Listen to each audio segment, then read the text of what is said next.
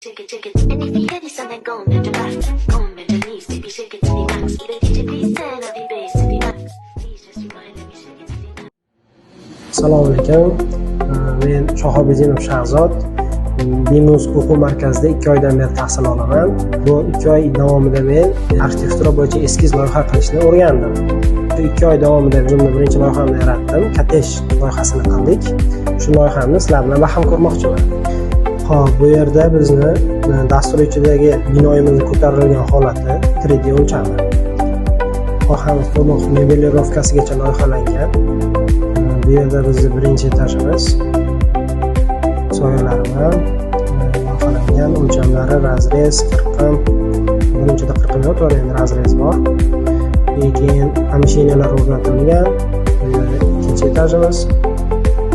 Zinapoya, xonalar, garderob, krovля и fundament va podval. Bu ishlarni olib bordik. Loyihamiz shu holatga yetdi. Hop, loyiha tugagandan so'ng biz uni listlarga, ya'ni qog'ozlarga joyladik. Mana ko'rishingiz mumkin. Birinchi bu yerda bizning obyekt haqida ma'lumotlar berilgan. Hop, bundan so'ng birinchi etaj. Bu yerda xonalarimizning nomlari, kvadrat metri va o'lchamini berib o'tganmiz. Bu yerda esa ikkinchi etaj haqida ma'lumotlar kelgan. Buni xonalarning nomlari bilan. Hop, keyin birinchi razrez. Bu yerda o'rtadan kesilgan zinapoyalar loyihalangan. Birinchi etaj, ikkinchi etaj, tom, podvalimiz loyihasi ko'ringan. Bu yerda ikkinchi razrez binoni, ya'ni boshqa tomonidan qirqib ko'rsatganmiz.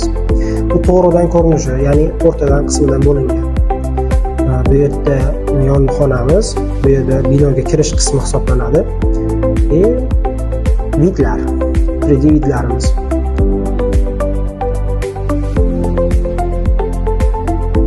Men Bimuz o'quv markazidan ko'nglim to'ldi, to'g'risini aytsam. 2 oy ichida birinchi loyihamni loyihaladim. Men bilan o'qiyotgan sheriklar bilan ham yaxshi muzokara olib borish, keyin konstruktorlar bilan birga ish olib borishga qulay imkoniyat bo'lyapti. Va men kelgusida to'liq dokumentarni ishlashni o'rganmoqchiman.